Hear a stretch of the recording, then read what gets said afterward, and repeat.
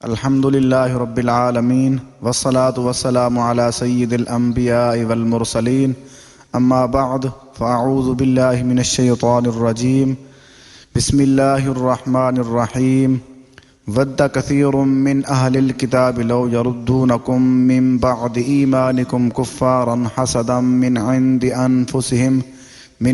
أنفسهم من بعد ما تبين لهم الحق فاعفوا واصفحوا حتى يأتي الله بأمره إن الله على كل شيء قدیر صدق اللہ العظیم۔ آج میرا موضوع ہے حسد کیا ہے اور اس کے نقصانات کیا ہیں اور اس سے اپنے آپ کو کیسے بچانا ہے، اس کا علاج کیا ہے۔ سب سے پہلے یہ جاننا ہوگا کہ حسد کا مطلب کیا بنتا ہے۔ حسد کا مطلب ہے کسی کی دینی یا دنیاوی نعمت کے زوال، یعنی اس سے چھن جانے کی تمنا کرنا، یہ خواہش کرنا کہ فلاں شخص کے پاس جو دولت ہے یا جو مال ہے یا جو دینی کام کرتا ہے یا اس کی خوبصورتی ہے، اس کے پاس یہ چیز نہ ہو یا اس کے ختم ہونے کی تمنا کرنا، اس کو حسد کہتے ہیں۔ کیونکہ حسد کا مطلب حسد کرنے والے کو حاسد کہتے ہیں، اور جس سے حسد کیا جائے اسے محسود کہتے ہیں۔ حسد کو حسد کیوں کہتے ہیں؟ حسد کو حسد اس لیے کہتے ہیں، یہ حسد کا لفظ حسدل سے بنا ہے، جس کا معنی ہے چچڑی۔ جس طرح چچڑی انسان کے جسم یا کسی جانور کے جسم پہ لپٹ جاتی ہے تو اس کا خون چوس لیتی ہے، ایسی حسد ایک ایسی بیماری ہے جس انسان کو لگ جائے یا جس انسان کے اندر یہ چیز آ جائے دل میں، اس کا ظاہری خون بھی چوس لیتی ہے اور اس کے دل اور دماغ کو بھی کمزور کر دیتی ہے۔ اس چیز پہ ہمیں غور کر لینا چاہیے۔ اگر اللہ نہ کرے کسی انسان کو یہ بیماری ہے، اس کو یہ چیز سوچ لینی چاہیے، کیونکہ یہ میرا خون بھی پی رہی ہے، ختم کر رہی ہے، اور اس کے اور بھی بہت زیادہ نقصانات ہیں۔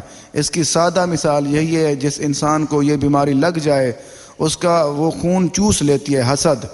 اور یہ لسان العرب کتاب میں ہے، جلد نمبر 1 صفحہ نمبر 826۔ اس لیے اللہ پاک نے اس آیت مبارکہ میں ارشاد فرمایا، ان اہل کتاب میں سے، یہ آیت مبارکہ سورۃ بقرہ آیت نمبر 109 پارہ نمبر 1، اللہ پاک نے ارشاد فرما دیا، اہل کتاب میں سے بہت سے لوگوں نے اس کے بعد کہ ان پر حق خوب ظاہر ہو چکا ہے، اپنے دلی حسد کی وجہ سے یہ چاہا کہ کاش وہ تمہیں ایمان کے بعد کفر کی طرف پھیر دیں تو تم انہیں چھوڑ دو، ان سے درگزر کرتے رہو یہاں تک کہ اللہ تعالیٰ اپنا حکم لائے، بے شک اللہ تعالیٰ ہر چیز پر قادر ہے۔ سبحان اللہ۔ دیکھو اللہ پاک نے کتنا پیارا ارشاد فرما دیا۔ یہ آیت مبارکہ تب نازل ہوئی، کچھ یہودیوں نے، کچھ اہل کتاب لوگوں نے حضرت سیدنا حذیفہ بن یمان اور حضرت سیدنا عمار بن یاسر رضی اللہ عنہ کو جب اسلام سے پھیرنے کی کوشش کی، ان کو مرتد ہونے کے لیے کوشش کی، پھر اس لیے اللہ پاک نے یہ آیت مبارکہ نازل فرمائی۔ اللہ پاک نے فرما دیا، اس کی تھوڑی سی وضاحت کر دوں، وہ یہ ہے کہ اہل کتاب میں سے بہت سے لوگوں نے، اس کا مطلب یہ ہے کہ کیونکہ یہ تو کافروں کا طریقہ ہے، یہ یہودیوں کا طریقہ ہے، جو حسد کرنا یہ یہودیوں کا طریقہ ہے۔ اس کا مطلب یہ بنتا ہے کہ مسلمانوں کا طریقہ ہی نہیں ہے، کیونکہ مسلمان تو حسد کر ہی نہیں سکتے، کیونکہ یہودیوں نے چاہا کہ حضرت سیدنا عمار بن یاسر اور حضرت سیدنا حذیفہ بن یمان رضی اللہ عنہم کو اسلام سے پھیر لیں۔ یہ آیت کی وضاحت کرنا چاہوں گا، وہ یہ ہے کہ اہل کتاب میں سے بہت سے لوگوں نے مل کے اس کے بعد کہ ان پر حق ظاہر ہو چکا، جیسے جب انہوں نے دیکھا کہ یہ حق یہی ہے، یہ حق کے اوپر یہ صحابہ کرام ڈٹ چکے ہیں، پھر انہوں نے کوشش کی کہ ان کو دوبارہ مرتد کیا جائے، اسلام سے پھیرا جائے، اور انہوں نے طریقہ کیا اپنایا، اپنے دلی حسد کی وجہ سے یہ چاہا کہ کاش وہ تمہیں ایمان کے بعد کفر کی طرف پھیر دیں، کیونکہ ان کے دل میں یہ خیال آیا، انہوں نے کہا کاش یہ ایسے ہو جاتا، یہ ایسے ہم کوشش کر لیتے۔ دیکھو کتنا بڑا دکھ کی بات ہے اگر ہم کسی مسلمان کے اندر یہ بیماری پیدا ہو جائے، کیونکہ یہ تو یہودیوں کا طریقہ ہے، یہ جو حسد ہے، کسی سے کوئی چیز چھن جانے کوئی بندہ تمنا کرے، وہ سمجھ لیں کہ یہودیوں کا طریقہ اپنا رہا ہے۔ آگے فرما دیا، اللہ پاک نے پھر فرما دیا کہ کفر کی طرف وہ انہوں نے جب چاہا کہ کفر کی طرف پھیر دیں، پھر اللہ پاک فرمایا تم انہیں چھوڑ دو، ان سے درگزر کرتے رہو۔ اللہ پاک نے فرما دیا کہ تم انہیں چھوڑ دو، رہنے دو، ان سے درگزر کرتے رہو، بلکہ ان سے ایسا اپنے آپ کو دور کرو۔ اور آگے فرمایا یہاں تک کہ اللہ تعالیٰ اپنا حکم لائے، بے شک اللہ تعالیٰ ہر چیز پر قادر ہے۔ دیکھو اللہ تعالیٰ ہر چیز کی اوپر قدرت رکھتا ہے، طاقت رکھتا ہے، اس لیے فرما دیا جب تک اللہ تعالیٰ حکم لائے، جیسے اللہ پر حکم ارشاد فرما دیا، پھر ان کو حکم ہوا کہ تم ان سے درگزر کرو، ان کو رہنے دو۔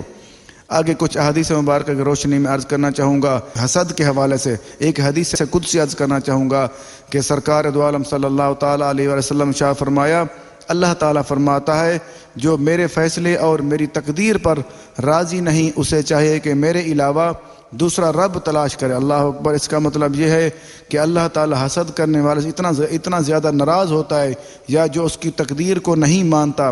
اس تقدیر کے بارے میں تھوڑی سی وضاحت کرنا چاہوں گا۔ وضاحت وہ یہ ہے، اگر اللہ تعالیٰ کسی انسان کو کوئی مال دے دے، سمجھ لیں وہ اس کا کرم ہے، یہ اسی کا فیصلہ ہے۔ اگر اللہ تعالیٰ کسی کو کوئی خوبصورتی دے دے، اس سے بھی کسی کو حسد نہیں کرنا چاہیے۔ اگر اللہ تعالیٰ کسی انسان کو خوبصورت بنا دے، یا اس کو علم دے دے، یا کوئی اس کو طاقت ایسی دے دے جو وہ دین کے کام آنا شروع کر دے کوئی بندہ، اس سے بھی حسد نہیں کرنا چاہیے اللہ پاک، کیونکہ وہ اللہ تعالیٰ کا فیصلہ ہے۔ دوسرے فیصلے یہ ہوتے ہیں، دیکھو کبھی موسم سردیاں، کبھی گرمی آ جاتی ہیں، یا کبھی بارشیں آ جاتی ہیں، یا کبھی موسم کی صورتحال تبدیل ہو جاتی ہے۔ کافی دفعہ لوگوں کو دیکھا ہے وہ شکایت کر رہے ہوتے ہیں، کیونکہ یہ گرمی آ گئی، یہ مجھے تنگ کر رہی ہے، یا ایسی صورت ہے اللہ پاک نے پتہ نہیں کیوں گرمی بھیج دی ہے، ایسی باتیں کرتے ہیں لوگ۔ یا جب کچھ سردیاں آ جائیں، سردیوں کے بارے میں بڑے گلے شکوے لوگ کرتے ہیں، اتنی زیادہ سردی ہے، ہم تنگ ہیں، ہمیں یہ صورتحال ہے۔ اس کے بعد اس کی وضاحت تھوڑی سی یہ ہے، اگر کسی انسان کو اللہ تعالیٰ کے یہ فیصلے منظور نہیں ہیں تو اللہ تعالیٰ اس سے اتنا زیادہ ناراض ہوتا ہے۔ اللہ تعالیٰ فرمایا اگر میرے فیصلے کسی کو میری تقدیر پر راضی نہیں تو اسے چاہیے کہ میرے علاوہ دوسرا رب تلاش کرے۔ اللہ اکبر۔ کافی دفعہ ہماری بھی صورتحال ایسی ہوتی ہے، اگر کسی انسان کوئی کام بتایا جائے یا کوئی کام ہم کیا جائے، ہم کریں، تو اگر کسی کو وہ منظور نہیں ہوتا، ہم کہتے ہیں یا تو اور کام کر لے، یا کسی اور کے پاس چلا جا، یہ ایسی صورت ہے۔ اس کا مطلب یہ ہے کہ اللہ تعالیٰ اس سے بہت زیادہ ناراض ہوتا ہے۔ جو انسان اللہ تعالیٰ کے فیصلے کو نہیں مانتا، آج کے بعد ہمیں اس چیز پہ غور کر لینا چاہیے، نہیں تو اللہ تعالیٰ بہت زیادہ ناراض ہوگا اگر ہم اس کے فیصلے یا اس کی تقدیر پہ راضی اپنے آپ کو نہیں رکھ سکتے۔ ہمیں یہ چاہیے کہ ہر وقت اللہ تعالیٰ کی تقدیر پہ، اس کے فیصلوں پہ ہر وقت دل سے راضی ہونا چاہیے، کیونکہ وہ مالک ہے، وہ ہمارے لیے بہتر ہی کرتا ہے۔ جو چیز ہمارے لیے بہتر ہوتی ہے وہی کرتا ہے۔ اگر کسی انسان کے اندر یہ چیز دل میں خیالات آتے ہیں تو اسے چاہیے وہ خیالات کو نکال دے، اللہ تعالیٰ کی رضا پہ اور اس کی تقدیر پہ راضی ہو جائے۔ یہ شعب الایمان جلد نمبر 1 صفحہ نمبر 218 حدیث نمبر 200۔ آگے ایک اور حدیث مبارکہ عرض کرنا چاہوں گا کہ سرکار دو عالم صلی اللہ تعالیٰ علیہ وآلہ وسلم شاہ فرمایا، مومن کے دل میں ایمان اور حسد جمع نہیں ہوتے۔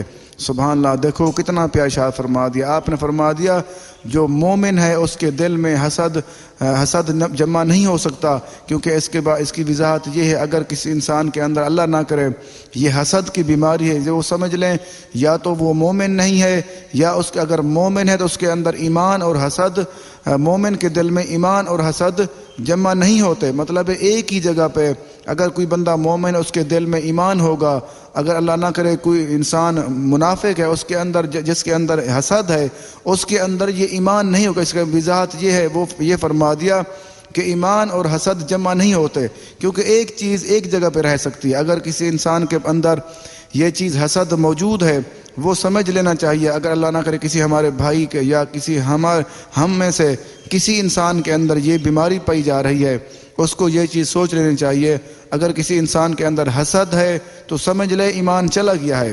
اگر جس انسان کے پاس ایمان ہے اس کے اندر یہ حسد نہیں ہوگا۔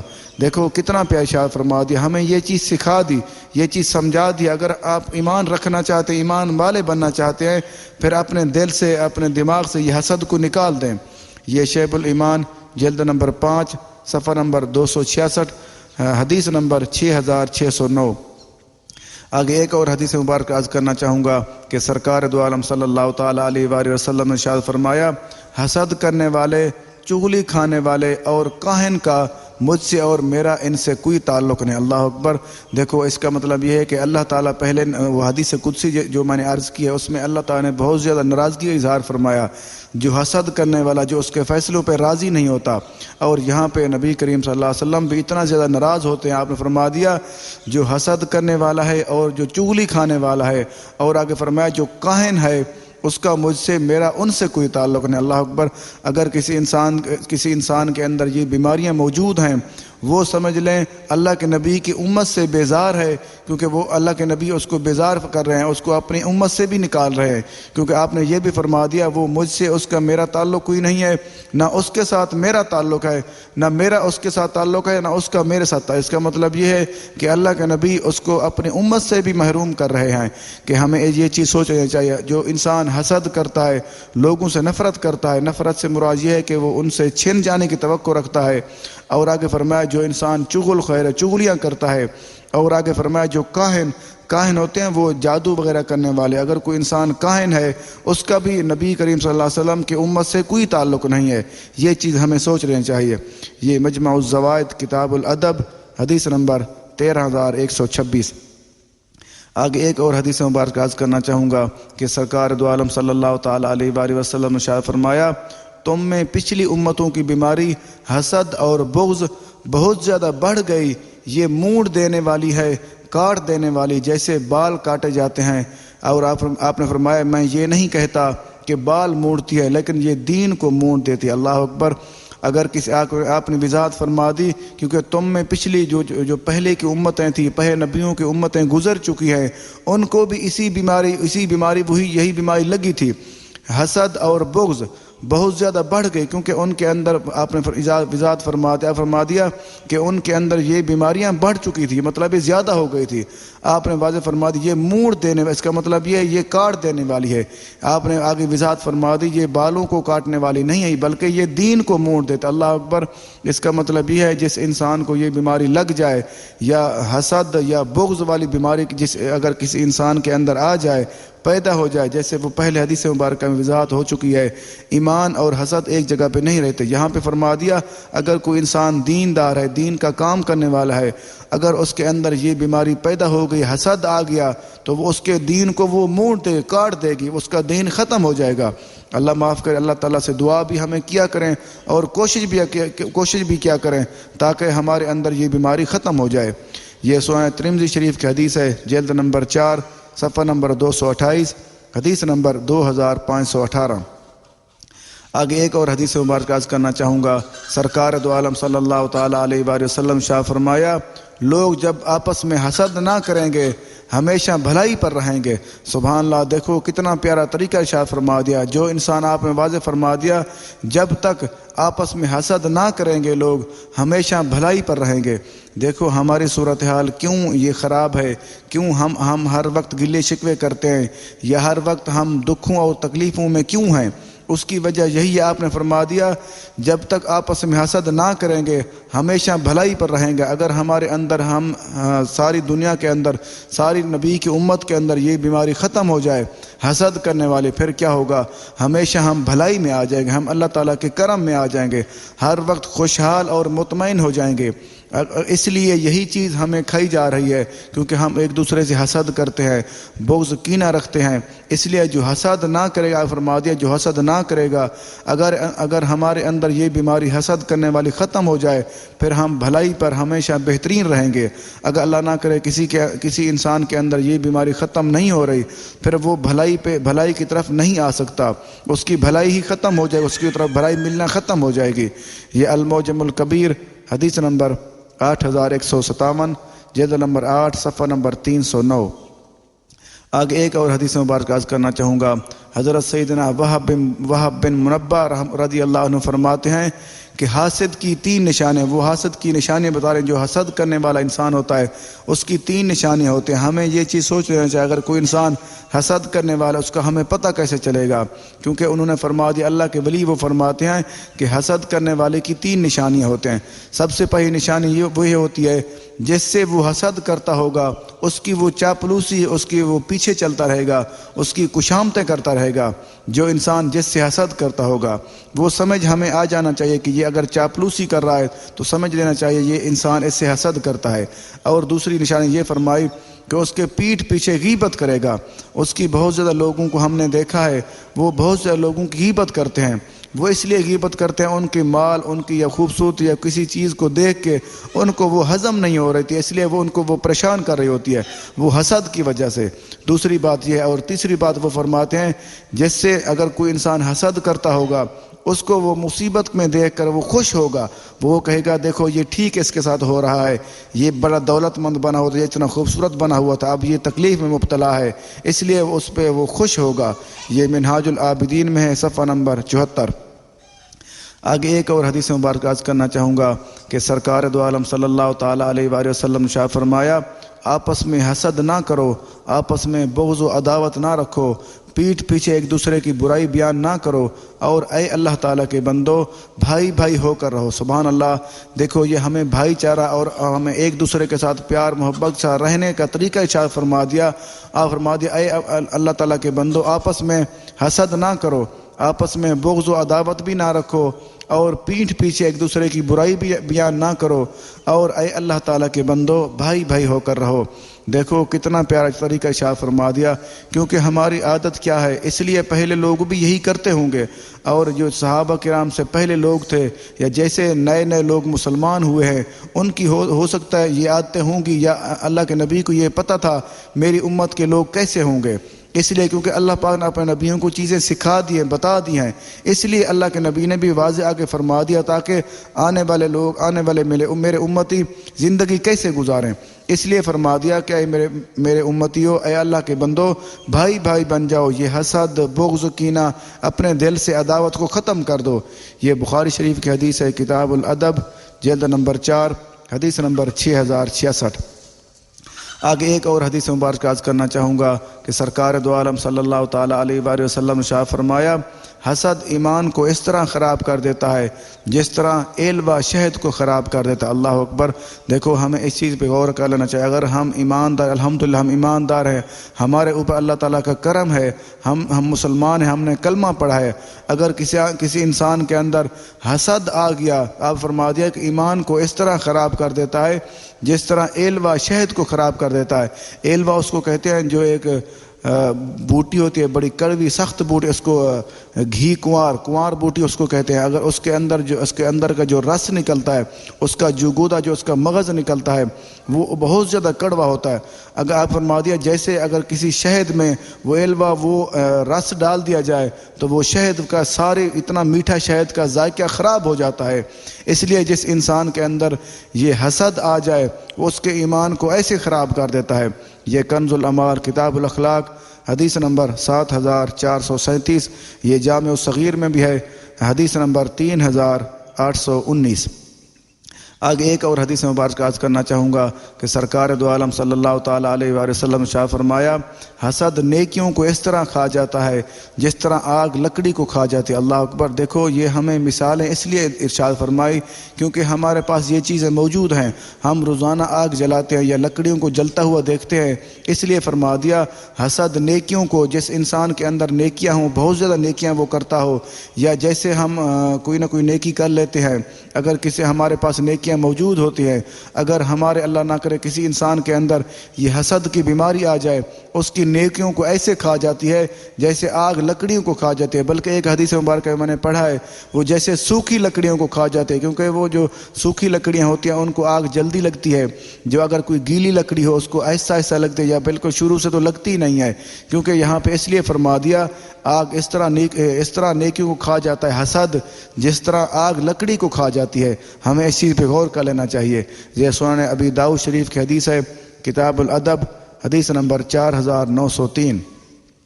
آگے ایک اور حدیث مبارک عرض کرنا چاہوں گا کہ سرکار دو عالم صلی اللہ تعالیٰ علیہ وآلہ وسلم شاہ فرمایا، بلکہ آپ کا فرمان عالی شان ہے، آپ فرما دیا کہ 3 بیماریاں میری امت کو ضرور لگیں گی۔ دیکھو اللہ کے نبی نے ہمیں واضح فرما دیا کیونکہ آپ کو پتہ تھا یہ میری امت کو یہ بیماریاں لگیں گی، اور ان کا علاج بھی ارشاد فرما دیا تاکہ اگر کسی میرے امتی کو یہ بیماریاں لگیں تو تاکہ ان کا علاج بھی کر سکیں، کیونکہ آپ نے فرما دیا کہ 3 بیماریاں میری امت کو لگیں گی، ضرور لگیں، بلکہ فرمایا ضرور لگیں گی۔ ہمیں یہ چیز غور کر لینا چاہیے کہ بیماریاں کون سی ہیں اور ان کا علاج کیا ہے۔ آپ نے فرما دیا پہلی بیماری کیا ہوگی؟ پہلی بیماری ہوگی میری امت کو حسد لگے گا، اور آپ نے حسد کا بھی ارشاد فرما دیا علاج، اور دوسرا فرمایا میری امت کے اندر یہ بدگمانی کی کی بیماری ہوگی۔ اور آپ نے فرما دیا تیسری بیماری کون سی ہوگی؟ تیسری بیماری ہوگی جو بدشگونی۔ آپ فرما دیا کہ میں تمہیں ان سے بچنے کا طریقہ بتاتا ہوں۔ دیکھو آپ نے وضاحت فرما دیا اگر میری امت کے کسی انسان کو، کسی میری امتی کو یہ بیماری لگے تو ان کا طریقہ ارشاد فرما دیا طریقہ کار بتا دیتا ہوں۔ جب تمہارے دل میں، آپ فرما دیا جب تمہارے دل میں حسد پیدا ہو تو حد سے نہ بڑھو۔ دیکھو ارشاد فرما دیا اگر کبھی بھی آپ کے کسی انسان کے دل میں حسد پیدا ہو جاتا ہے، اس کو فرمایا کہ حد سے نہ بڑھو۔ حد سے نہ بڑھنے کا طریقہ کار یہ ہے کہ اس کو اپنے دل میں رکھ کے اس کو ختم کر دیا جائے، تاکہ یہ نہ ہو کسی کے بارے میں بار بار گمان کرنے کی کوشش کی جائے یا اس کے اوپر عمل کرنا شروع کر دیا جائے۔ اس لیے فرما دیا کہ حد سے نہ بڑھو، تاکہ اس کا مطلب یہ بنتا ہے سادہ مطلب کہ اپنے آپ کو ایک حدود میں رکھیں تاکہ کسی کو کوئی تکلیف نہ ہو۔ اور آگے فرما دیا جب تمہارے دل میں بدگمانی آ جائے تو اسے سچ نہ جانو۔ دیکھو بدگمانی کا مطلب ہوتا ہے کسی کے بارے میں غلط گمان کر لینا، غلط سوچ لینا کہ فلاں بندہ ایسا ہے، برا ہے، اس کے بارے میں برائیاں سوچ لینا۔ آگے آپ فرما دیا کہ سچ نہ جانو، اس کو سچ نہ سمجھ لو اپنے اندر، اس کی تصدیق کرو۔ اور آگے فرما دیا جب کوئی بدشگونی لو تو اپنا کام جاری رکھو۔ بدشگونی اس کو کہتے ہیں اگر کوئی بندہ، مثال کے طور پہ کوئی بندہ کام کر رہا ہے، اس کے بارے میں نتیجہ غلط نکال لینا، وہ کہے کہ یہ میرے کام مجھے نقصان دے گا، بدشگونی اس کو کہتے ہیں۔ فرما دیا اپنا کام جاری رکھنا، اس پہ توجہ ہی دینا ختم کر دینا۔ دیکھو ہمارے اوپر ہمارے اللہ تعالیٰ اور ہمارے نبی کریم صلی اللہ علیہ وسلم کا کتنا زیادہ کرم ہے، کتنی زیادہ مہربانی، کتنی زیادہ رحمت ہے، کیونکہ ہمیں رحمت للعالمین رب بھی رحمت والا ملا، اور ہمیں نبی بھی رحمت والا ملا جو رحمت للعالمین ہے، کیونکہ انہوں نے ہمیں ہر چیز کا طریقہ سکھا دیا ہے۔ اگر ہم خود نہ سیکھنا چاہیں یا خود عمل نہ کرنا چاہیں تو وہ ہماری اپنی مرضی، اپنا قصور ہے، اگر نہیں تو ہمیں ہر چیز کا طریقہ سکھا دیا۔ اگر کسی انسان کے اندر، کسی انسان کو اب یہ سمجھ آ گئی، ہمیں سب کو جو یہ سن رہے ہیں یا میں نے تو پڑھی الحمدللہ مجھے سمجھ آ گئی ہے، اگر کبھی ہمارے دل میں حسد آ جائے اس کا طریقہ کار یہ ہے کہ اپنے آپ کو حد میں رکھیں، وہ حسد کے اوپر بڑھنا شروع نہ کر دیں، حسد کو اپنے دل سے نکالنے کی کوشش کریں۔ اور آگے فرمایا اگر کبھی کوئی بدگمانی آ جائے، کسی کے بارے میں غلط گمان کرنے کی کوشش، غلط گمان آنا شروع ہو جائیں، پھر اس کو سچ نہ سمجھیں، اس کی تصدیق کریں۔ اور آگے فرمایا اگر کسی کے دل میں بدشگونی آ جائے، بدشگونی یہ ہوتا ہے کہ کام، پہلے میں نے بتا دیا ہے، اگر کسی کام کا غلط نتیجہ نکالنا، اس کے بارے میں فرمایا کہ اپنے کام کو جاری رکھنا، اس کو چھوڑ نہ دینا بلکہ اس کی کوشش کرتے رہنا۔ یہ الجامع الصغیر کتاب میں ہے، صفحہ نمبر 209، حدیث نمبر 3466۔ آگے ایک اور حدیث مبارک عرض کرنا چاہوں گا کہ حضور پاک صلی اللہ تعالیٰ علیہ وسلم کی بارگاہ میں عرض کی گئی کہ یا رسول اللہ لوگوں میں سب سے افضل کون ہے؟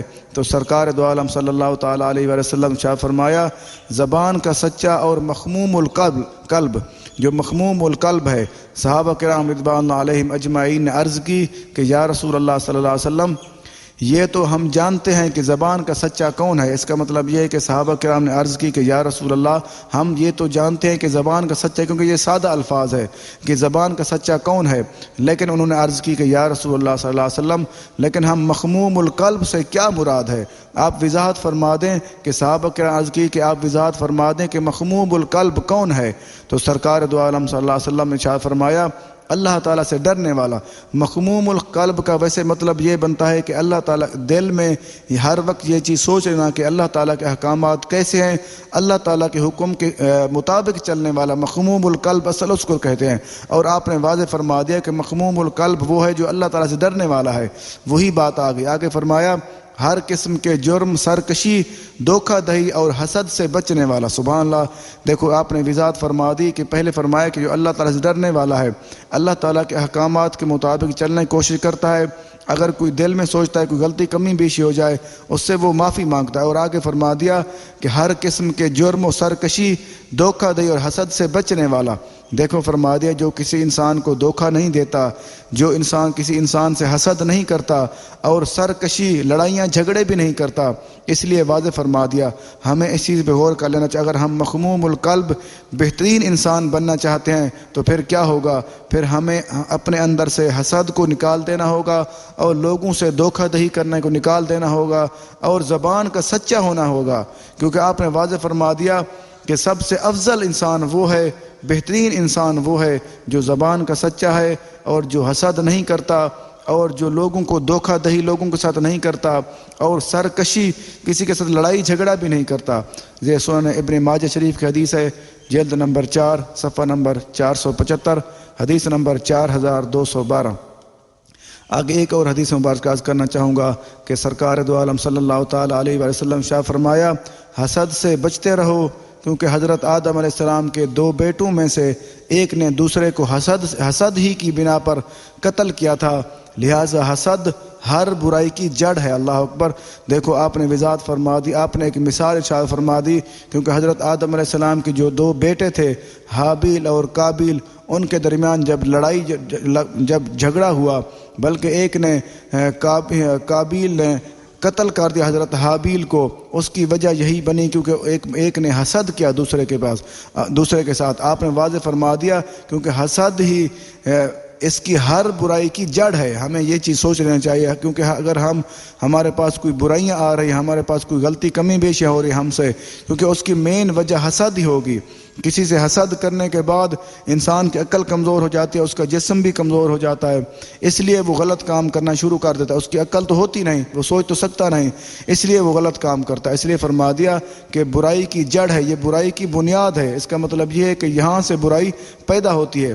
یہ جامع الحدیث للسیوطی، حدیث نمبر 9314۔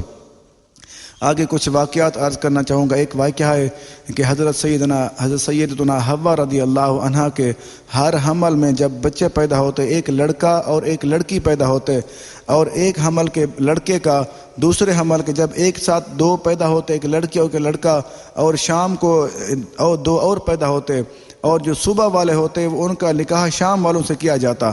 تو حضرت آدم علیہ السلام نے حابیل کا نکاح لیودا سے، بلکہ جب وہ پیدا ہوئے تو وہ قابیل نے کہا میں اس سے شادی کرتا ہوں، وہ اسی جو اس کے ساتھ پیدا ہوئے اس کا نام تھا لیودا سے کرنا چاہا، لیکن حضرت سیدنا حابیل رضی اللہ عنہ کے ساتھ پیدا ہوئی تھی، مگر قابیل اس پہ راضی نہ ہوا، کیونکہ اقلیمہ جو تھی وہ زیادہ خوبصورت جو اس کے ساتھ پیدا ہوئی وہ خوبصورت تھی۔ اس نے کہا میں اسی کے ساتھ نکاح کرتا ہوں، اس لیے وہ اس کو چاہنے لگا، اس نے کہا میں اسی کو پسند کرتا ہوں۔ پھر حضرت سیدنا آدم علیہ السلام نے اس کو سمجھایا کہ اقلیمہ تمہارے ساتھ پیدا ہوئی ہے کیونکہ وہ تمہاری بہن ہے، کیونکہ جو ایک ساتھ پیدا ہوتی وہ بہن ہوتی، بہن شمار کی جاتی، جو دوسرے ٹائم پہ شام کے وقت پیدا ہوتی وہ ان کے ساتھ نکاح کرتے کیونکہ وہ بہن شمار نہیں کرتے تھے، اس لیے کیونکہ وہ نبیوں کا طریقہ تھا، کیونکہ آگے نسل چلنی تھی اس لیے وہ طریقہ بنایا تھا۔ اقلیمہ تمہارے ساتھ پیدا ہوئی ہے، وہ فرمانے لگے وہ تیری بہن ہے، اس کے ساتھ تمہارا نکاح نہیں ہو سکتا۔ حضرت آدم علیہ السلام نے فرمایا اس کے ساتھ تیرا نکاح نہیں ہو سکتا، مگر قابیل اپنی ضد پر اڑا رہا، اس نے کہا میں اسی کے ساتھ نکاح کروں گا۔ پھر بالآخر حضرت آدم علیہ السلام نے حکم دیا کہ تم دونوں اپنی اپنی قربانیاں کرو۔ پھر انہوں نے ایک طریقہ بتایا کہ تم دونوں اپنی اپنی قربانی کرو، جس کی قربانی قبول ہوگی وہی اقلیمہ سے شادی کرے گا۔ اس زمانے میں طریقہ کار یہ ہوتا تھا کہ قربانی کرتے اور پہاڑ کے اوپر جا کے رکھ دیتے، کیونکہ وہ اس کو آگ اٹھا لیتی، آگ کھا لیتی، وہ آگ اسی کو جلا دیتی تھی، بلکہ وہ ایسی کرتی کیونکہ وہ فوراً وہ چیز ہی ختم ہو جاتی، وہ نظر بھی نہیں آتی، آگ اس کو اٹھا لیتی تھی۔ دیکھو ہمارے اوپر کتنا زیادہ کرم ہے ہمارے خدا کا، ہمارے نبی کا، ہم یہ قربانی خود کرتے ہیں اور ان کے گوشت بھی خود کھاتے ہیں، خود کھاتے ہیں، استعمال کرتے ہیں اپنے گھروں میں، اپنے بچوں کو کھلاتے ہیں۔ ہمارے اوپر کتنا زیادہ کرم ہے۔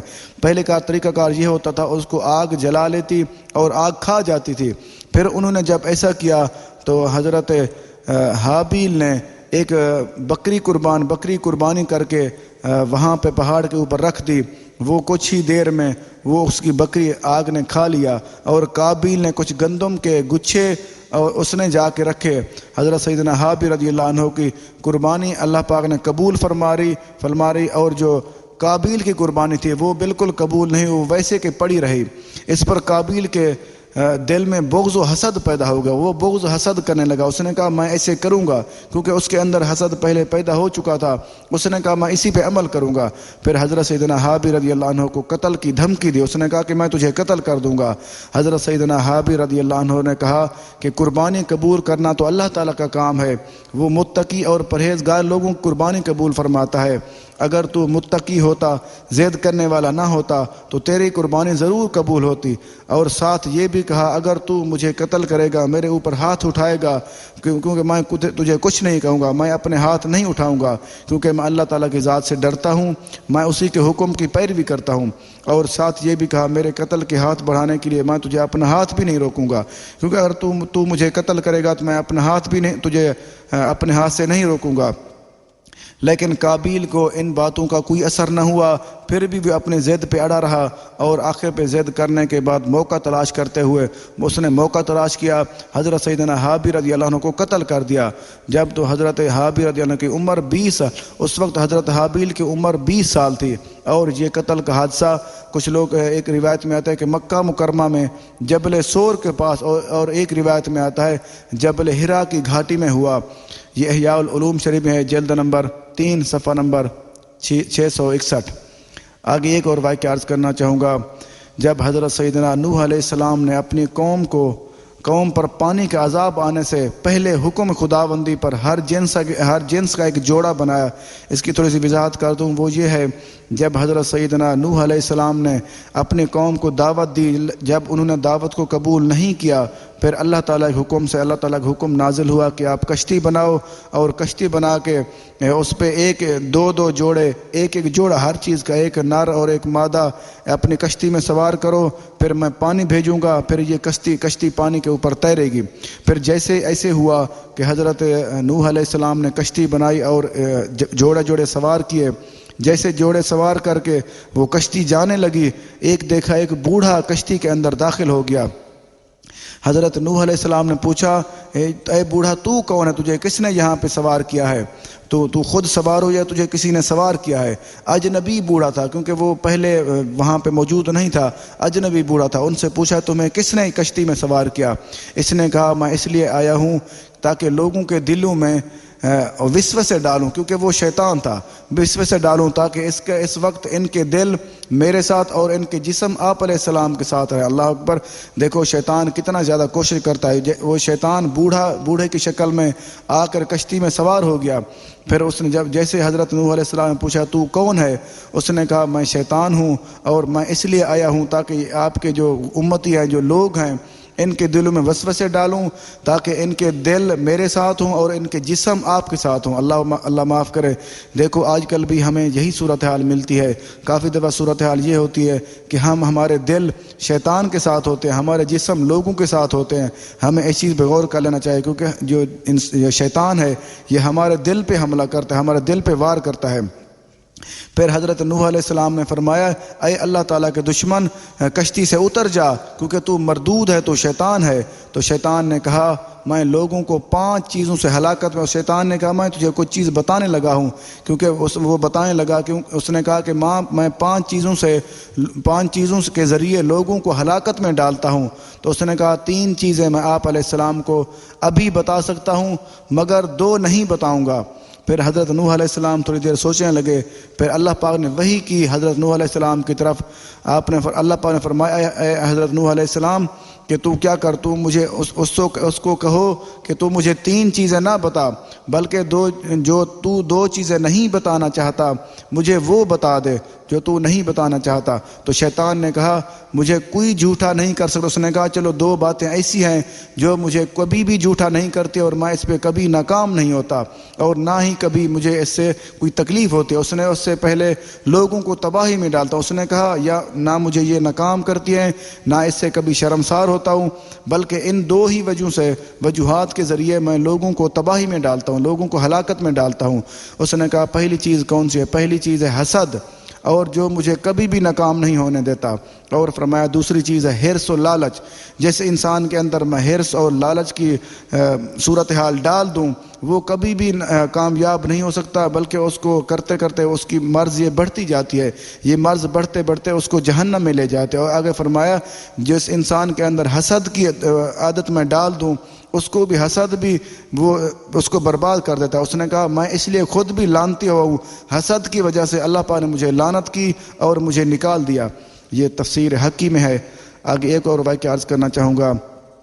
حضرت سیدنا انس رضی اللہ عنہ ارشاد فرماتے ہیں کہ ایک دن ہم سرکار دو عالم صلی اللہ علیہ وسلم کے پاس بیٹھے ہوئے تھے، ابھی آپ سے حال حوال کر رہے تھے، تو سرکار دو عالم صلی اللہ علیہ وسلم ارشاد فرمایا ابھی اس دروازے آپ نے ارشاد فرمایا ابھی اس دروازے سے سامنے والا دروازے سے ایک بندہ آئے گا وہ جنتی ہوگا۔ تو تمام صحابہ کرام نے دیکھا کہ سوچنے لگے پتہ نہیں کون سا خوش قسمت انسان ہے جس کے بارے میں سرکار دو عالم صلی اللہ علیہ وسلم گارنٹی دے رہے ہیں یہ جو آنے والا یہ جنتی ہوگا۔ جیسے دیکھ رہے تھے ایک بندہ آیا سامنے سے، ایک انصاری آدمی، اس کی حالت کیا تھی؟ وہ سادی سی حالت میں آیا، سادہ لباس پہنا ہوا تھا اس نے، اور اس کی تازہ وضو کیا ہوا تھا، اس کی داڑھی سے بالوں سے پانی کے قطرے ٹپک رہے تھے، اور اس نے دائیں ہاتھ میں جوتی کو پکڑا ہوا تھا۔ وہ جیسے ہی اس نے آ کے جوتی کو رکھ دیا اور سرکار دو عالم صلی اللہ علیہ وسلم سے سلام عرض کیا، عرض کر کے بیٹھ گیا۔ جیسے بیٹھا تو حال حوال جو مجلس جو باتیں چل رہی تھی، ہم تبلیغ سن رہے تھے وہ ہم سنتے رہے۔ جیسے مجلس ختم ہوئی پھر ہم سارے اپنے گھر میں چلے گئے۔ پھر دوسرا دن ہوا، دوسرے دن وہی صورتحال بنی۔ پھر آپ نے ارشاد فرما دیا آج اسی دروازے جو بندہ آئے گا وہ جنتی ہوگا۔ تو پھر صحابہ کرام نے عرض کی کہ ہم دیکھنے لگے، فرماتے ہیں کہ ہم دیکھنے لگے، جیسے ہی دیکھا وہی بندہ پہلے والا آیا، ایک انصاری صحابی آیا، وہ اس نے ویسی صورتحال تھی، تازہ وضو کیا ہوا تھا، اس کی داڑھی سے پانی کے قطرے ٹپک رہے تھے، اور اس نے جوتی بائیں ہاتھ میں پکڑی ہوئی تھی۔ وہ آ کر بیٹھ گیا، سلام عرض کر کے بیٹھ گیا۔ پھر تیسرے دن بھی وہی صورتحال بنی، وہی آیا، وہی بندہ آ کر بیٹھ گیا۔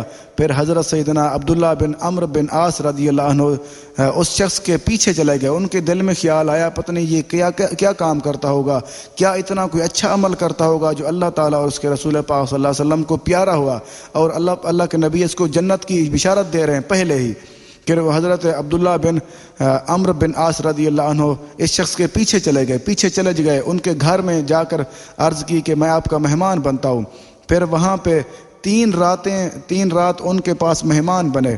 وہ رات کو دن کو دیکھتے رہے کہ یہ کون سا ایسا عمل کرتا ہے جس سے اللہ تعالیٰ اس سے راضی ہے اور اللہ تعالیٰ کے رسول بھی راضی ہے، اس کو جنت بشارت مل گئی ہے۔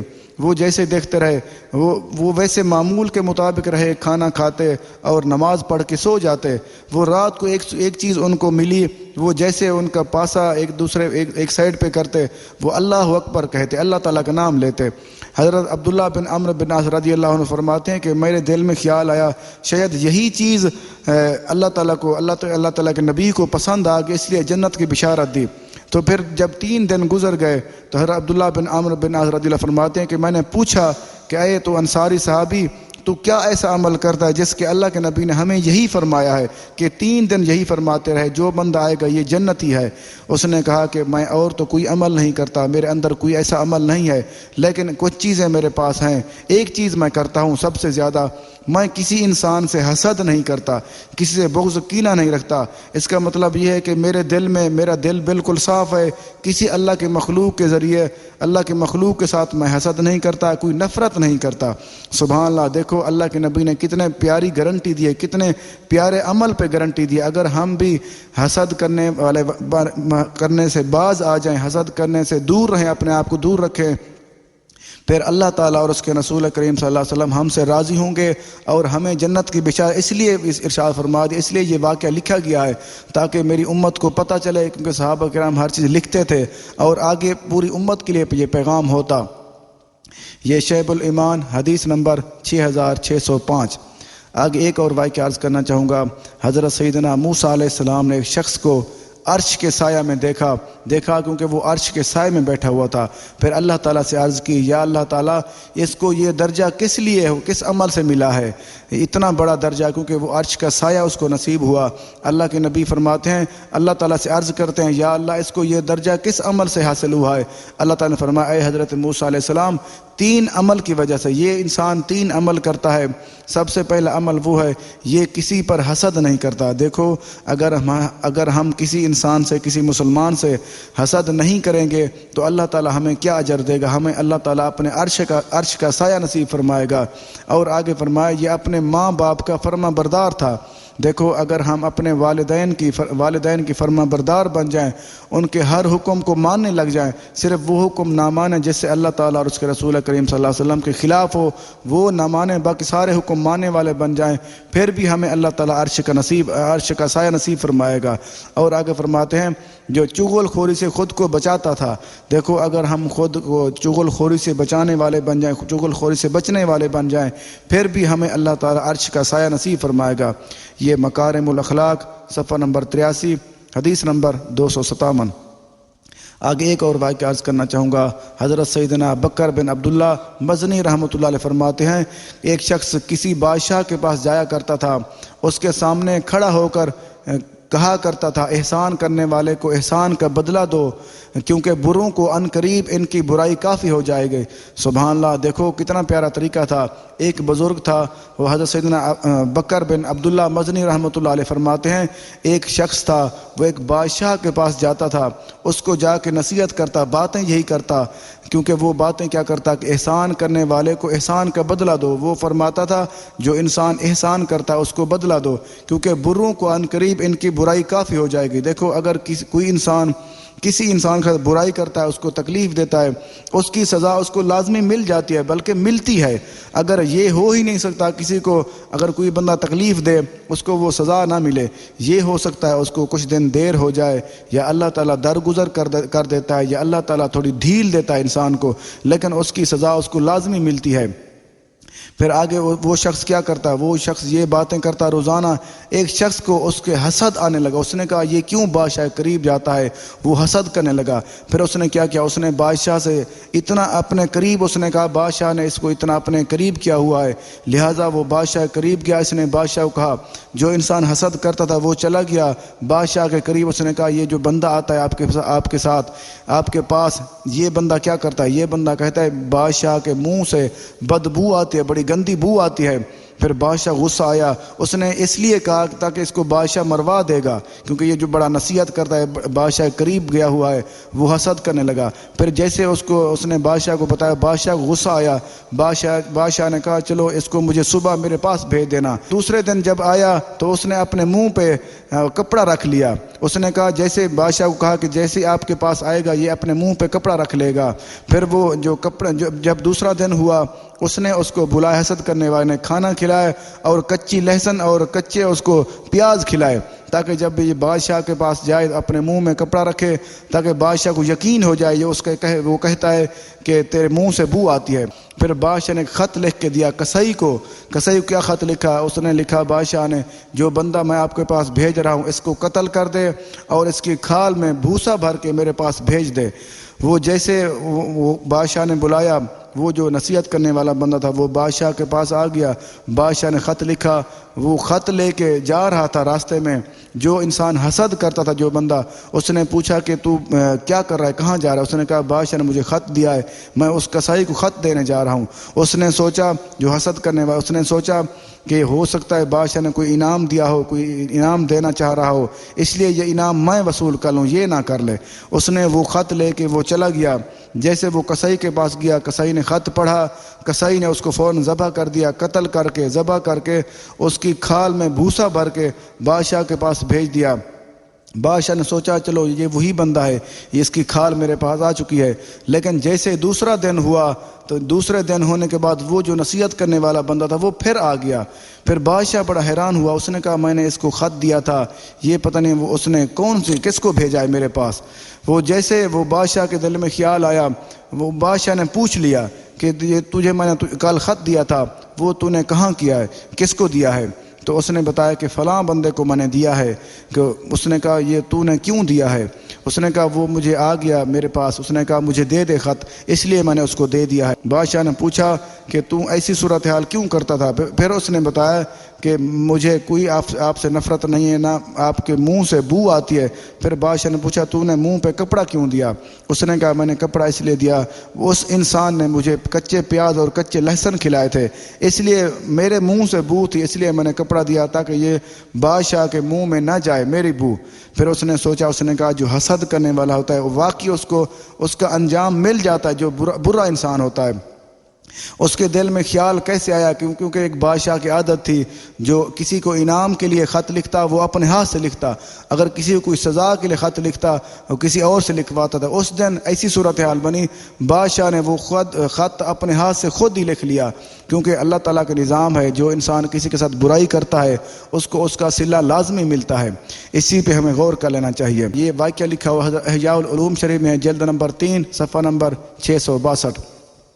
آگے کچھ قول عرض کرنا چاہوں گا۔ حضرت امام غزالی رحمۃ اللہ علیہ فرماتے ہیں حسد کے باعث حاسد کا دل اندھا ہو جاتا ہے اور یہاں تک کہ اللہ تعالیٰ کے احکامات کو سمجھنے کی صلاحیت ختم ہو جاتی ہے۔ اللہ اکبر۔ دیکھو اگر اللہ نہ کرے کوئی ہم میں سے کوئی حسد کرنے والا حسد کرتا ہے، اس کے دل میں کیا ہوگا؟ دل اس کا اندھا ہو جائے گا اور اللہ تعالیٰ کے احکامات کے اس کو سمجھ ہی نہیں آئے گی۔ اللہ تعالیٰ سے دعا کیا کریں ہر وقت ہمیں اللہ تعالیٰ حسد کرنے کی لعنت سے محفوظ رکھے۔ یہ منہاج العابدین میں ہے، صفحہ نمبر 75۔ آگے ایک اور عرض کرنا چاہوں گا۔ حضرت سیدنا سفیان ثوری رحمۃ اللہ علیہ فرماتے تھے حاسد نہ بن، تجھے سوچنے سمجھنے کی تیزی نصیب ہوگی۔ سبحان اللہ۔ دیکھو وہ فرماتے ہیں اگر اے انسان حسد سے اپنے دل کو ختم کر دے، حاسد نہ بن، تاکہ کیا ہوگا؟ تجھے سوچنے سمجھنے کی تیزی نصیب ہوگی۔ جو انسان حسد نہیں کرے گا اس کو انعام کیا ملے گا؟ اس کی سوچ اور سوچنے اور سمجھنے کی تیزی نصیب ہوگی، وہ سمجھنے والا بن جائے گا، اس کا ذہن تیز ہو جائے گا۔ یہ دنیۃ الناصحین، صفحہ نمبر 71۔ آگے کچھ حسد کا علاج بتانا چاہوں گا کہ حسد کا علاج کیا ہے۔ حضرت امام غزالی رحمۃ اللہ علیہ فرماتے ہیں حسد کرنے والے کا علاج یہ ہے کہ حسد کرنے والا ٹھنڈے دل سے سوچے کہ میرے حسد کرنے سے ہرگز کسی کی دولت و نعمت جو صورتحال ہے اس کی برباد نہیں ہو سکتی، کیونکہ حسد کرنے سے کیا ہو سکتا ہے؟ وہ خود ہی جلتا رہتا ہے، اس کو یہ ٹھنڈے دل سے سوچنا چاہیے۔ اور آگے دوسرا فرماتے ہیں کہ میں اس سے ہر حسد کر رہا ہوں، ہر جس چیز پہ حسد کر رہا ہوں وہ میرے حسد کرنے سے اس کا کچھ بھی نہیں بگاڑ سکتا، بلکہ میرے حسد کا نقصان کیا ہوگا؟ مجھے ہی ہے۔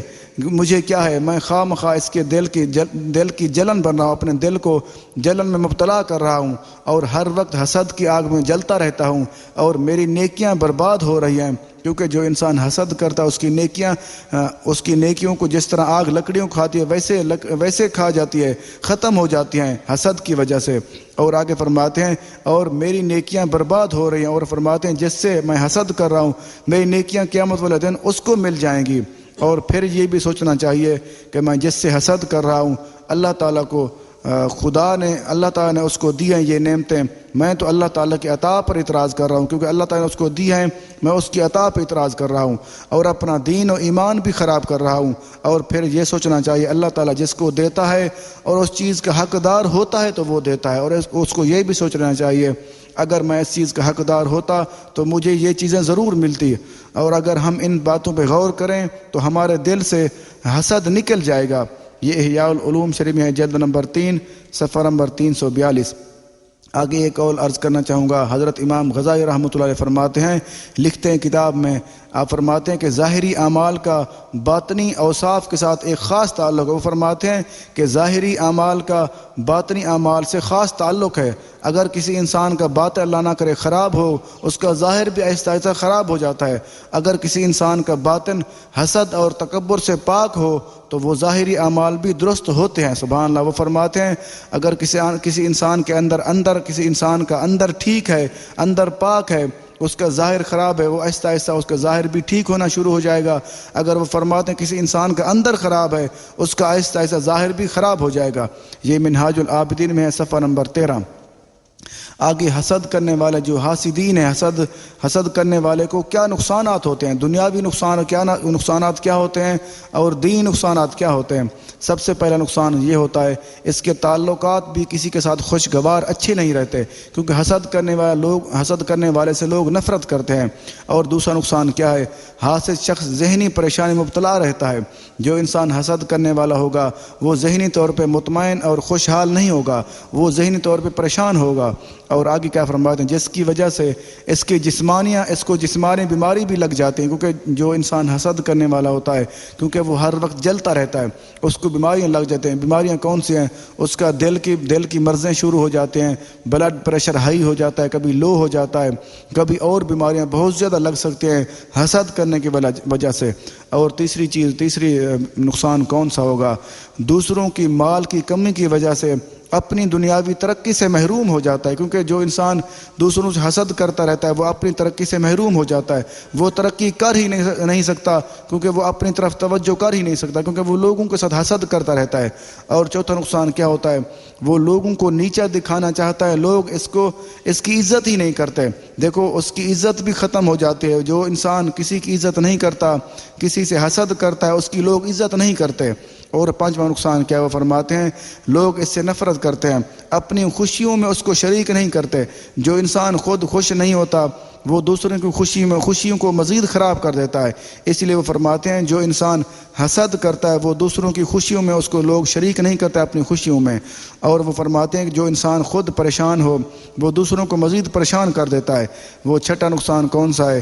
جس جگہ کے لوگ ایک دوسرے کے حسد کرنے لگیں تو وہ اس معاشرے میں ترقی نہیں ہو سکتے۔ وہ فرماتے ہیں جس معاشرے میں لوگ ایک دوسرے سے حسد کرتے ہوں وہ معاشرہ ترقی نہیں کر سکتا، کیونکہ وہ ایک دوسرے کی ٹانگیں کھینچتے ہیں، ایک دوسرے کو وہ نیچا دکھانے کی کوشش کرتے ہیں، کسی کو ترقی والا ہونا ان کو پسند نہیں ہوتا، اس لیے وہ معاشرہ ترقی نہیں کر سکتا۔ اس لیے ہمارے معاشرے کی یہی صورتحال ہے۔ اگر اللہ نہ کرے کسی کے اندر یہ حسد پایا جائے، حسد ہے بلکہ بہت سے لوگوں میں، کیونکہ وہ خود بھی نہیں ترقی کر سکتے، لوگوں کو بھی ترقی کرنے سے روکتے ہیں، کوشش کرتے ہیں۔ جو انسان ان کی پرواہ نہیں کرتا تو وہ تو ترقی کر لیتا ہے، جو ان کی پرواہ کرتا ہے وہ خود بھی ترقی سے محروم ہو جاتا ہے۔ آگے ایک اور عرض کرتا ہے، امام غزالی رحمۃ اللہ علیہ فرماتے ہیں، لکھتے ہیں اپنی کتاب میں، حاسد کی مثال دیتے ہیں، حاسد ایک شخص جیسی ہے جو شخص کسی اپنے دشمن کو، وہ مثال دیتے ہیں جو حاسد کی مثال دیتے ہیں، حاسد کی صورتحال ایسی ہوتی ہے جو انسان کسی کو پتھر مارے، کسی اپنے دشمن کو، وہ پتھر کسی دیوار پہ جا کے لگے اور اس کی واپس آ جائے اور اس کی آنکھ پہ لگے آ کے اس کی آنکھ نکل جائے، اور دوسرا اس کو مزید زور سے مارے، جیسے دوسرا زور سے مارے گا دوبارہ وہی پتھر، اور دوبارہ وہی پتھر آ کے اس کی دوسری آنکھ پہ لگے، اس کی دوسری آنکھ بھی نکل جائے، ضائع ہو جائے، کیونکہ وہ حاسد کی مثال دیتے ہیں۔ حاسد کی صورتحال ایسی ہوتی ہے، وہ خود اپنا نقصان کر رہا ہوتا ہے، کسی کا نہیں کر سکتا، پھر اس کو وہ پتھر اٹھا کے مزید زور سے مارے، پھر اس کے جا کے سر پہ لگے، اس کا سر بھی زخمی ہو جائے اور اس کی آنکھیں بھی نکل جائیں۔ اس لیے وہ فرماتے ہیں جو انسان حسد کرنے والا ہے اس کے ساتھ یہی نقصانات ہوتے ہیں، وہ اپنا نقصان کرتا ہے، کیونکہ وہ اس کو دیکھ کے مزید لوگ ہنستے ہیں، خوش ہوتے ہیں، وہ کہتے ہیں کتنا بے وقوف ہے، اس کو تو کوئی نقصان ہی نہیں ہوا، یہ خود اپنا نقصان کر کے آ گیا۔ یہ کیمیاء سعادت میں ہے، جلد نمبر 2 صفحہ نمبر 614۔ اللہ تعالیٰ سے دعا ہے کہ اللہ تعالیٰ ہم سب کو حسد کرنے سے محفوظ رکھے، اور اگر کبھی ہم سے یہ غلطیاں ہو چکی ہیں تو اللہ تعالیٰ معاف فرمائے، آمین۔ اللہ حافظ۔